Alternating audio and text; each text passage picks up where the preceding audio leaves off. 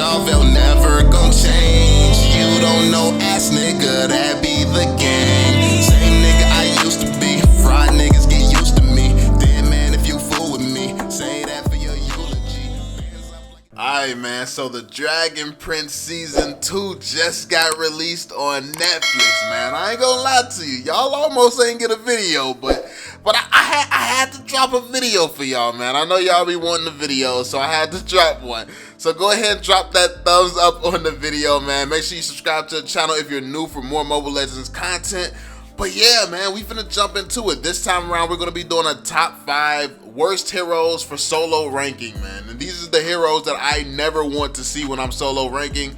Like, the second that I see these heroes on my team, or the second I see these heroes, like, it's just like all hope drains from my body and I just stop caring, basically. But yeah, that's what we're going to be talking about. So write your list down below. What heroes do you just absolutely hate seeing? Like when someone picks a hero, you see them pick that hero, you're like, come on, man, not this guy. Why is he on my team? Like, what are those heroes? Write your top 5 heroes that's like the worst heroes for you, and you just hate absolutely seeing them under any circumstances. But anyway, let's jump right into it, man. So starting out, I have to go with Sabre, man. Sabre is just picked at such wrong times. It's so annoying, man. It's really, really annoying because people have to understand that Sabre is a really, and by the way, all these heroes are very, very good heroes. So don't get it twisted. All these heroes are strong heroes,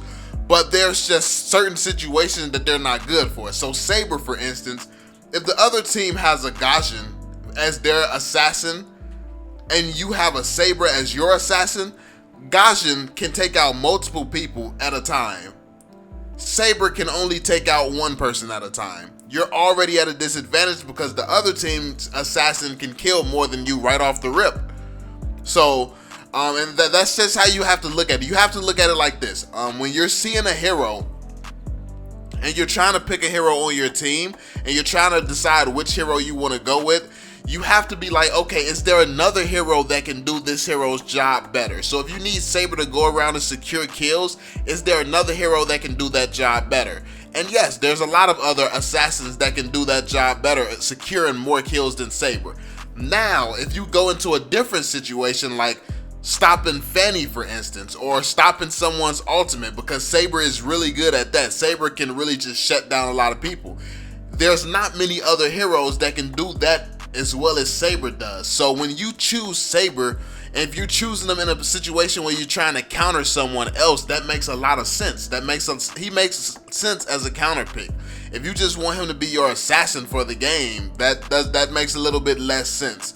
Because honestly, when going up against a lot of the other assassins in the game, he just really does not stand a chance. Like, he's good for what he's good for. I think that a lot of heroes, people try to make them good for something else just to prove that you're super good. And yes, you might be super, super good, but that does not mean you're super good for your teammates. And it's all about the teammates at the end of the day. So yeah, you have to take that into consideration. No matter how good you are with a hero, no matter how good you think a hero is, you have to think about your team. Will this hero work well with the team? And is the team going to know how to make this hero work well with that team? So take that into consideration, man. But moving on to the next one, man, I have to go with Rafaela. Rafaela is another hero that's just insane. Now, a lot of people was thinking that she's one of the worst heroes in the game, period. I honestly would disagree about her being one of the worst in the game, period. I just think that she's one of the worst for solo ranking, and that's because it takes an insane amount of teamwork to make Rafaela work. It takes good teamwork to make her work, because basically what she does is she speeds up the team, and she allows you all to have high mobility and make different plays. Like, you can gank around very fast with her. Like, you can gank, you can move across the whole map very, very fast, so fast that the enemy team won't really know what to expect. Like, that's the type of value she can bring. But the issue is, when you're playing solo, you can't just tell your teammate, hey yo, you damage dealer, I'm Rafaela, come with me, let's go gank top lane, because they're not going to expect us to get to top lane from bottom lane so fast. You can't really open your mouth and say that. You can't open your mouth and strategize with your teammates, basically. So even though Rafaela can do something like say, hey yo, come on, let's go gank right here, it's harder for you to actually tell your teammates what's going on. You're gonna have to sit there and type a message out. By the time you finish typing that message out, the enemy team might not be in a position for you to gank them. It's just a lot, man. It's a lot. And Rafaela is just one of those heroes where she can be very, very valuable if you all are in a Discord, you have a strategy and you're working that strategy together well. But if you're trying to play solo, she's just not a good pick in my opinion for that reason. It's like you really have to be playing with high level players in order for that pick to work well. Because honestly, for instance, when I see Rafaela, I 100% know, okay, in certain situations, we can go and run. We can push up, we can gank a team, we can do this, we can do that. But a lot of people don't know that. And you have to take that into consideration. I think that everyone in the Mobile Legends community sometimes just assumes that everyone plays at their level. So you choose a hero like, oh, I'm going to be a god with this hero because I'm really good with this hero. And you think that your teammates are automatically good enough to help you be successful with that hero. No, you may do well, but you're setting your team up for failure because they're not good enough to support you using a weird hero. And that's why you don't use certain weird heroes when you're trying to solo rank. Because then, even if you're good enough to make that hero work, like some other heroes you're going to be seeing on this list, your team might not be good enough to know how to make that hero work with the team composition that you all have. So don't assume that everyone just knows what you know. But moving on to the next hero here, man, we have Sun. Sun is another one of those heroes where... Actually, Sun is just a weird hero. I don't think that Sun is very good, to be completely honest with you. But then again, I don't play Sun that much also.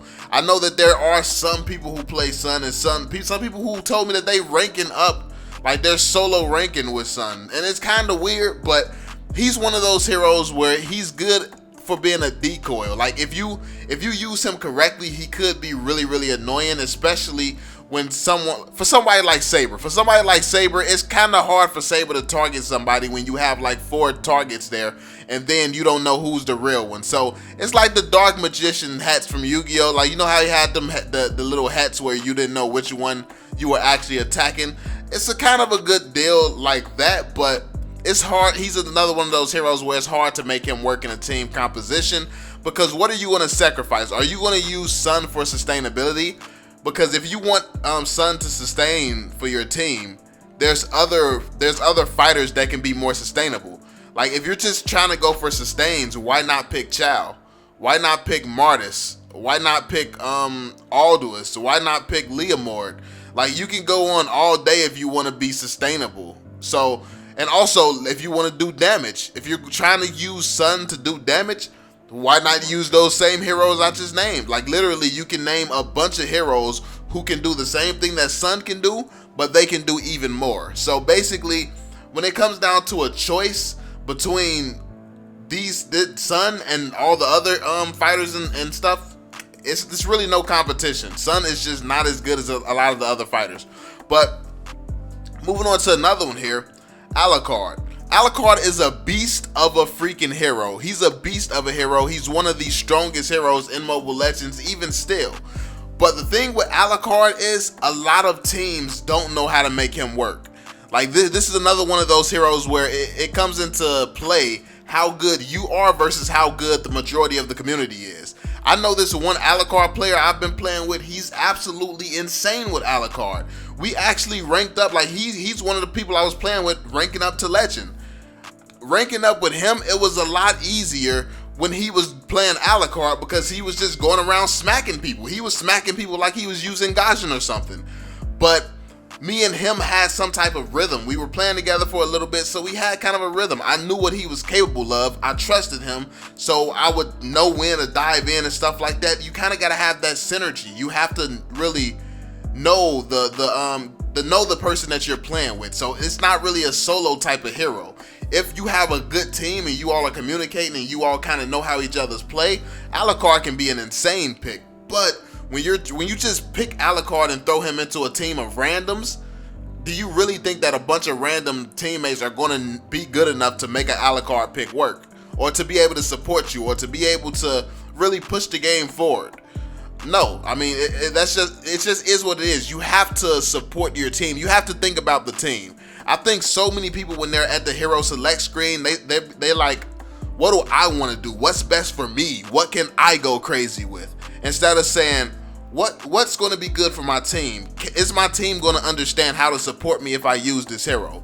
When you use these weird heroes, a team's not going to know how to support you and not going to know how to help you. And then what you're going to do is you're going to get mad and say, oh, my team wasn't helping me. My team wasn't doing this. My team wasn't doing that. You chose a hero where your team does not know how to help you.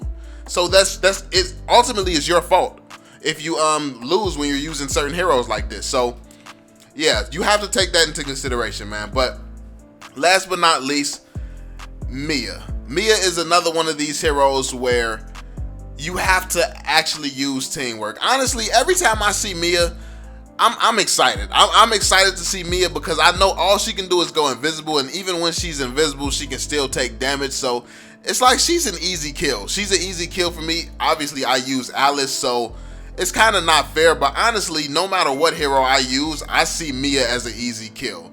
Even though I'm good with Mia, when I'm using Mia and I'm on the other end of Mia, I can do well. But somebody at my exact same level using pretty much any other marksman versus me using Mia, like if it's a clone who played exactly like me and they were using a different hero, it's so many other marksmen that would just slay Mia out for one reason or another. So you got like for instance, Claude got that sustainability. He can boost his attack speed as well. If you use the spell, you can use that little spell that puts the shield around him and everything. Then Leslie just 2 shots. And the invisibility won't work if you use your ultimate. It's just like, every hero has something that makes them a little bit more valuable than Mia. Every marksman has something that makes them a little bit more valuable. Now, don't get it twisted. With the right team composition, sometimes Mia will be a better pick. But that's a teamwork type of thing. You have to have a team making the right choices to have a certain team composition to make Mia work. So solo wise, I would say don't use Mia solo personally. But yeah, that's pretty much it, man. Let me know what you all think. Do you all agree with this list? Do you have a different list in mind? Do you disagree? If you disagree and you think some of these heroes are good solo, let me know why in the comment section down below. Let me know your thoughts on it. And yeah, that's pretty much it, man. So if you're new to the channel, make sure you drop that thumbs up. Subscribe to the channel for more Mobile Legends content and conversations like this. And I'm gonna catch y'all on the next one, fam. Peace out, yo. I'm on it. Can't fail for my family, I want it. So they'll never need hope or want it. A break, just something that I don't get. If I'm only here